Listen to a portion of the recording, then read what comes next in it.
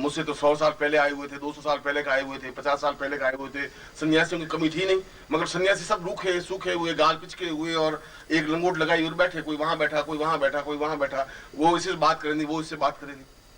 2, 4, 5, 6 दिन बीत गए। मैंने कहा कि ये सिद्धाश्रम तो नहीं हो सकता। अगर ऐसा सिद्धाश्रम है तो फिर मेरा शिष्य कोई जा ही नहीं सकता वहां, क्या करेगा जाकर। मैंने 2-4 सन्यासियों से पूछा, मैंने कहा कि ये सिद्धाश्रम जिसके बारे में लोग इतनी तपस्या करते हैं, इतना प्राण सुखा देते हैं, इतनी पंचाग्नि करते हैं, फिर यहां पहुंचते हैं, तो ये सिद्धाश्रम। उसने कहा कि आपने अभी देखा नहीं, यही सिद्धाश्रम है। मैंने कहा इस सिद्धाश्रम में तो कोई हलचल नहीं है, कोई चेतना है ही नहीं।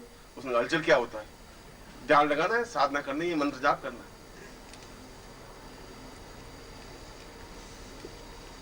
उसके बाद में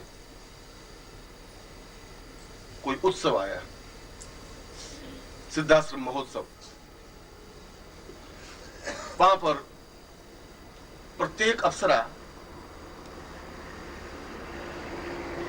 मनुष्य लोक में आने के लिए व्यथित होती हैं। वे चाहती है कि मनुष्य लोक में जाएं। प्रत्येक देवता की इच्छा होती है कि हम जन्म लें, इसलिए विष्णु बार बार जन्म लेते हैं, इसलिए भगवान शिव कई रूपों में जन्म लेते हैं। कभी शंकराचार्य के रूप में जन्म ले लेते हैं, कभी विवेकानंद के रूप में जन्म ले लेते हैं, कभी गोरखनाथ के रूप में जन्म लेते हैं। क्योंकि देवताओं की आकांक्षा होती है कि मनुष्य रूप में रह करके हम जीवन के आनंद को भोगें। और ठीक इसी प्रकार से अप्सराएं भी इस उम्मीद में प्रतीक्षा में रहती हैं कि हम गृहस्थ जीवन में और किसी इस संसारिक जीवन में किसी व्यक्ति के पास रहें। और मैंने उनका आह्वान करके रंभा, मेनका, उर्वशी और तिलोत्तमा, मैंने कहा कि कल सिद्धाश्रम दिवस है और तुम्हें नृत्य करना है। नृत्य सिद्धाश्रम में भस्म हो जाएंगे। क्यों भस्म हो जाएंगे? उनका आप नहीं जानते, निखिलेश्वरानंद जी, आप नहीं जानते, यहाँ की परिपाटी नृत्य की नहीं है। मैंने कहा ये पूछना चाहता हूं कि अगर नृत्य की नहीं है तो फिर हमारा भारतीय दर्शन सब बेकार है, फिर तो भगवान शंकर बेकार है, क्योंकि भगवान शंकर के माध्यम से संगीत की उत्पत्ति हुई।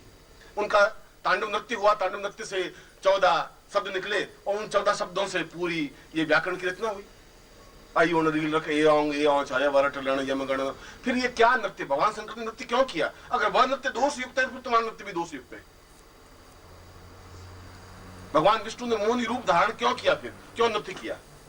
मैं उनको कन्विंस कर रहा था और वे बहुत घबराई हुई। उन्होंने सोचा कि अगर गुरुदेव आ गए सच्चिदानंद जी तो बहुत मुश्किल हो जाएगी, आप नहीं जानते। मैंने कहा तुम्हें कल नृत्य करना है, जो कुछ होगा कल देख लेंगे।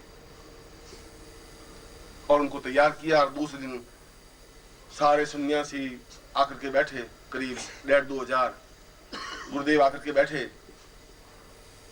बेबी बैठी, आती मगर नृत्य नहीं करती थी, आती थी। संगीत वंगीत, गंधर्व आते थे, संगीत नहीं गाते थे, बैठे रहते थे, उपस्थिति होती थी। अप्सराएं आती थी, नृत्य नहीं करती थी, बैठी रहती थी। मैंने गंधर्वों को भी, गंधर्व जो गायन जाति के प्रमुख होते हैं, मैंने कहा तुम्हें संगीत बजाना है, देव संगीत, और ये नृत्य करेंगे।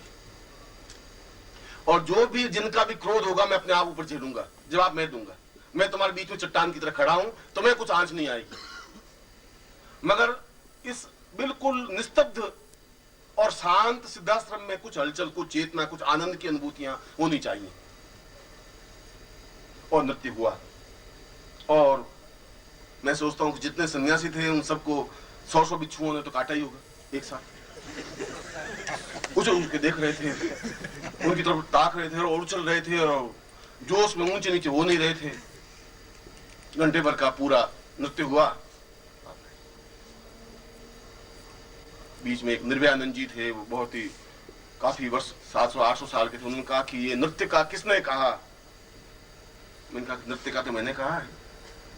उन्होंने कहा कि ऐसा असली नृत्य और इस अप्सराओं से? मैंने कहा कि फिर अगर इनके शरीर में और इनके जीवन में कहीं अश्लीलता है तो फिर कोणार्क के मंदिर हमें जला देने चाहिए, फिर खजुराहो के मंदिर जला देने पड़ेंगे, फिर देवताओं की जितनी मूर्तियां हैं भारत में उन सबको जला देनी पड़ेगी, फिर तुलसीदास की रामायण में जो सीता का वर्णन है उसको जला देना पड़ेगा, फिर वाल्मीकि ने जो सीता का वर्णन किया उसको भी जला देना पड़ेगा। अश्लीलता कहाँ है फिर? अश्लीलता तो निर्भयानंद जी आपकी आंख में, तुम उसमें गड़बड़ देख रहे हो। कहाँ गड़बड़ है? कौन सी न्यूनता आ गई? नृत्य में कहां से कमी आ गई? ऐसा जवाब किसी ने दिया नहीं था। और मैंने कहा ज्यादा से ज्यादा रवाना कर देंगे, बाहर चले जाएंगे। नहीं सिद्धाश्रम, नहीं सही सिद्धाश्रम, कोई सिद्धाश्रम से कोई जिंदगी तो नहीं पार हो जाएगी। उनका कि आपने इनको कहा था, मैंने कहा था। और मैंने इसलिए कहा था कि यह नृत्य जीवन का एक आवश्यक तत्व है, और उर्वशी और रंभा, मेनका और अप्सराएं भी जीवन का एक आवश्यक तत्व है। अगर आपको कोई श्लीलता अश्लीलता दिखाई दे तो आपकी आंख में जरूर हो सकती है, इनकी आंखों में कहीं कुछ नहीं है, इनकी आंखों में कोई न्यूनता नहीं है, कमी नहीं है। उसके बाद में एक चिंतन बना नृत्य का, गंधर्व का, संगीत का, भावनाओं का।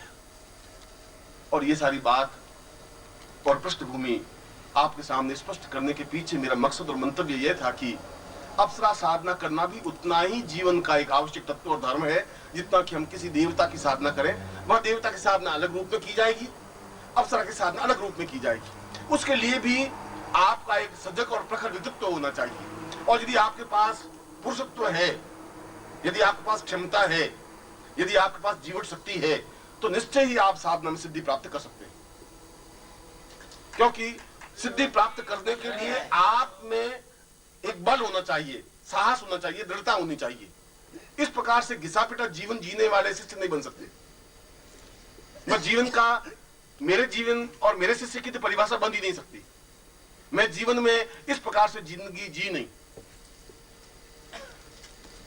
मैंने अपने जीवन को अपने ढंग से जिया है और जीवन के प्रत्येक क्षण का आनंद लिया है और लेता हूं। मैं इस बात की चिंता करता हूं कि कोई क्या कह देगा।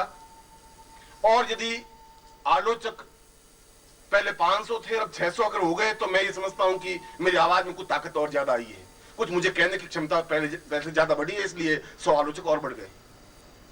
अगर 100 शत्रु और ज्यादा बढ़ जाएंगे तो समझूंगा कि मेरी पर्सनैलिटी में कुछ और निखार ज्यादा आ गया है, इसलिए 200 शत्रु और पैदा कर दिए। मुर्दा और कमजोर और गए बीते लोगों के शत्रु नहीं बनते, काय और नपुंसकों के शत्रु नहीं होते। आलोचना उनकी होती है जो मर्दान की रखते हैं, हिम्मत रखते हैं, साहस रखते हैं, क्षमता रखते हैं। और अप्सरा भी साधना में सिद्धि उनको ही प्राप्त होती है जो पूर्ण रूप से मर्द और साहसी होते हैं। काय और बुज़दिलों के पास तो पत्नी भी नहीं रहती, वो भी घर छोड़ के पीर चली जाती है। अप्सरा तो बहुत दूर की बात है। इसलिए किसी भी पुरुष के लिए अप्सरा साधना करना कहीं दोष युक्त है ही नहीं। वशिष्ठ ने स्वयं कहा है, पूर्णम वदे स्वर्ण वदेव तुल्यम अप्सरो वताम सहितम सदिम वदेव। स्वर्ण देह अप्सरा को सिद्ध करना जीवन की श्रेष्ठता है।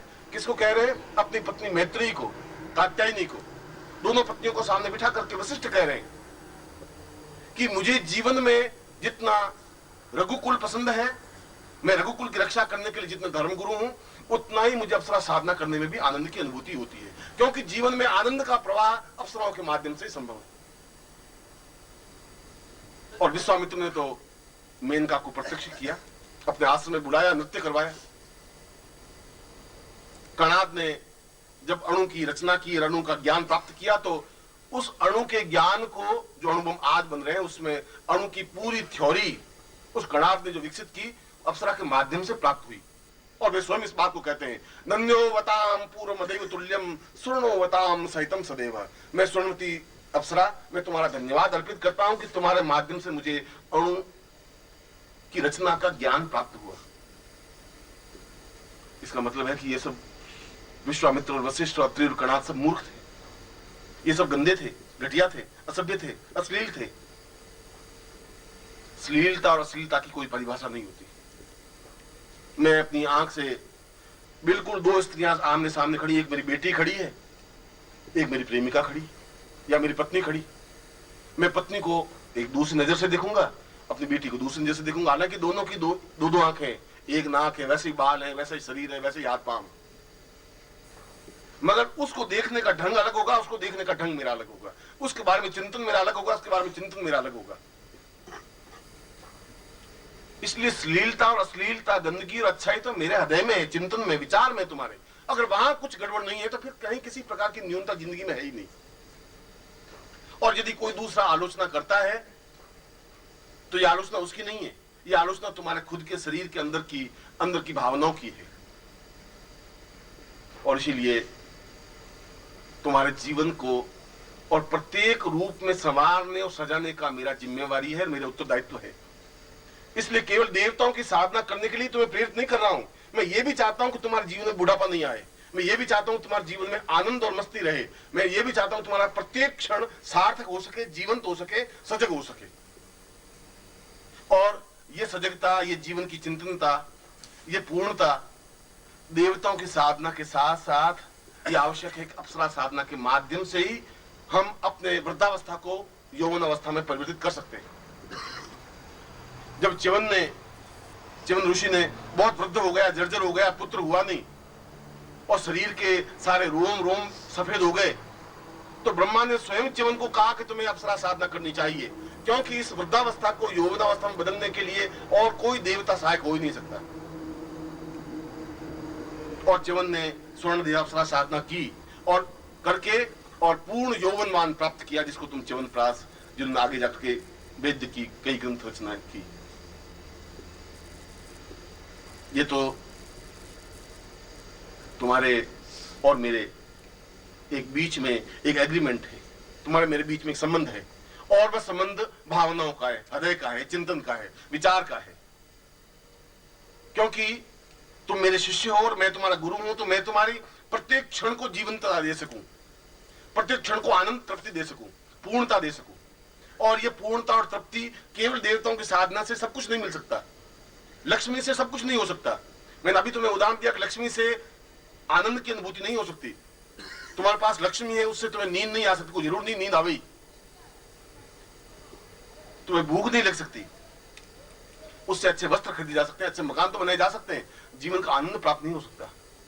जीवन का आनंद तो जिसके साथ 2 मिनट बैठ करके बात करने में आनंद की अनुभूति होती हो, आनंद की अनुभूति होती है। किसी को आनंद रेडियो सुनने से आता है, किसी को टेलीविजन देखने से आता है, किसी को हिमालय में घूमने से आनंद आता है, किसी को काव्य ग्रंथ पढ़ने से आनंद की अनुभूति होती है। ये तो अलग अलग आनंद की अनुभूतियां हैं, मगर जीवन का हृदय पक्ष खुलना चाहिए। और यदि हृदय पक्ष खुलता नहीं है तो तुम्हारा जीवन एक लाश की तरह है, जिसको तुम कंधे पर ढोए हुए शमशान की तरफ एक मिनट के लिए जा रहे हो। हर क्षण तुम्हारा एक पग मृत्यु की तरफ बढ़ रहा है, प्रत्येक पग। अभी 2000 पग बाकी थे, तो अब 1999 पग बाकी रह गए, फिर 1998 रह गए, क्योंकि तुम्हें चेतनता है ही नहीं, तुम्हारा हृदय पक्ष जागृत ही नहीं है। और हृदय पक्ष जागृत नहीं है तो उस हृदय में अपने गुरु को तुम उतार ही नहीं सकते। खुला ही नहीं है दरवाजा, तो गुरु आएगा कहां से? जब दरवाजे किवाड़ बंद है हृदय के, तो गुरु उसमें प्रवेश ही कहां से कर सकेगा?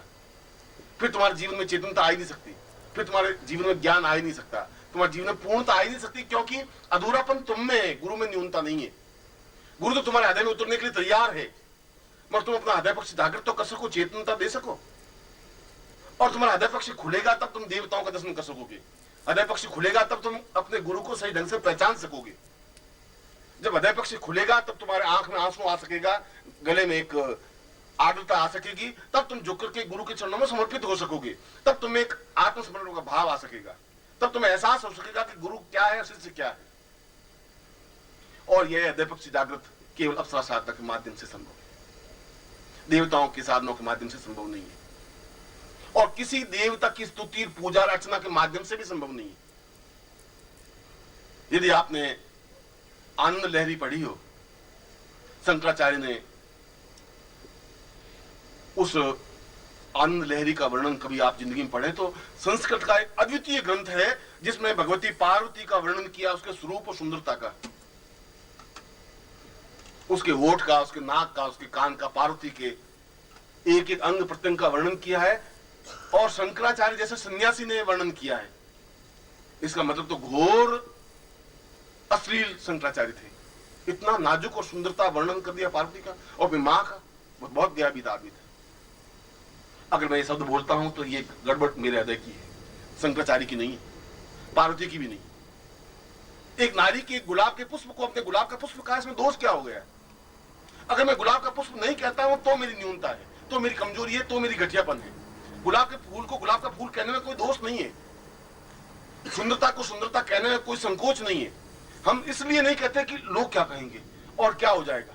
संकोच तुम्हारा खुद का है, क्योंकि तुम्हारे हृदय के दरवाजे बंद है, उसमें विकसित है ही नहीं, उसमें खुलापन नहीं, और खुलापन नहीं है तो तुम समझ नहीं सकते। दबे हुए हो, बींचे हुए हो, और मैं कह रहा हूं कि तुम मुर्दा शरीर हो और उस मुर्दा शरीर को ढोकर के बढ़े जा रहे हो। इसलिए तुम्हारे चेहरे पर आनंद की लकीरें नहीं है, इसलिए तुम्हारे चेहरे पर मुस्कुराहट नहीं है, प्रफुल्लता नहीं है, अट्टहास नहीं है, हास्य नहीं है, विनोद नहीं है। एक बुझा हुआ चेहरा, जैसे कि अंगारा बुझ गया हो और बस धुआं जल रहा है और जिंदगी जल रही है और पहुंच रहे। तुम्हारी जिंदगी में कुछ 24 घंटों में अगर आप हिसाब लगा के देखें तो 5 मिनट भी मुस्कुराने के लिए नहीं है। टेंस तो है, तनाव तो है कि ये लड़का कहना नहीं मान रहा, बहू आई नहीं है, ये साली तनख्वाह का क्या होगा, ये तो है तुम्हारे पास, ये तो पूंजी बहुत है। मगर आप हिसाब लगा के देखें कि 24 घंटों में कितना मिनट मुस्कुराते हो? 5 मिनट भी नहीं। और यदि मुस्कुराते भी हो, इतनी फीकी मुस्कुराहट की लोग पहचान लेते कि ये नकली मुस्कुराहट है। आइए आइए, बहुत खुशी हुई आपसे मिलकर के। ये मुस्कुराहट है क्योंकि तुम्हारा हृदय पक्ष जागृत है ही नहीं। जब हृदय पक्ष जागृत नहीं तो मुस्कुराहट आ ही नहीं सकती। खींच खांच करके आंखों को, नाक और गाल को खींच करके मुस्कुराहट बिखेर भी दोगे तो आधा सेकंड की होगी, वापस चेहरा वैसा वैसा बन जाएगा जैसा था ओरिजिनल। ओम परम तत्वाय नारायणाय गुरुभ्यो नमः। ओम ह्रीं मम प्राण देह रोम प्रतिरोम चैतन्य जाग्रय ह्रीं ओम नमः। ओम भूर्भुवः स्वः तत्सवितुर्वरेण्यं भर्गो देवस्य धीमहि धियो यो नः प्रचोदयात्।